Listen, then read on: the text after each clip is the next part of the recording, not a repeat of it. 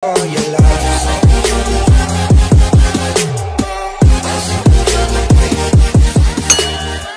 What's up mga kapips? So today is magbumukbang tayo ngayon ng lansones. Favorite ko ito at sasamahan pa natin ng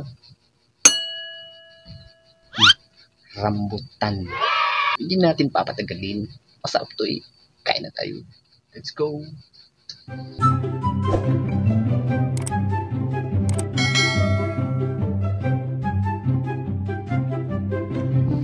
So ayan, dito ilalagay na ho natin sa misa yung ating paboritong prutas na lansones. Wow!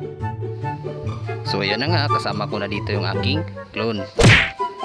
Alam kong matakaw to eh, kaya sinama ko na siya dito sa aking pagmumukbang. So ayan, nagpapakyut pa, kala mo gwapo. Well, kinuha ko lang naman yung aking kutsara at tinidor. Magsisimula na sana akong kumain at nagpagtanto ko na hindi pala ito kanin upang gamitan ko ng kutsara. Ginagawa mo!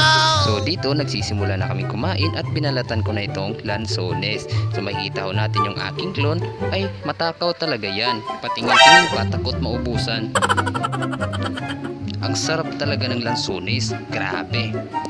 Pero dahan-dahan lang po tayo nakainin ang laman ng lansones kasi kapag nakagat po natin yung buto, wow, grabe, napakapay talaga na parang ampalaya. Grabe, ang sarap talaga. Kakakain lang tayo nito kapag season. Grabe yung iba, yung mga malalaki. Well, habang pinapanood nyo ako, shoutout ko muna kayo. Shoutout para kay Santi Dayot. Shoutout rin para kay Elmer's Blue. Shoutout rin para kay Leo. Shoutout rin para kay Chuna. Shoutout rin para kay Lundimi. Shoutout din para kay Jinin. Shoutout rin para kay Jer Hulado. Shoutout rin sa kayang special someone na si Jenisel. Shoutout rin para kay Manuel. Shoutout rin sa isang vlogger na si Marvin De La Rita.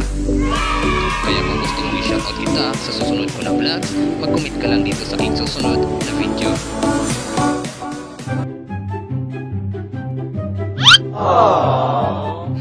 Well, alam nyo ba na paborito ko ito? Kaya ko kayang ubusin ng isang bukag na lansones. Paano masabi?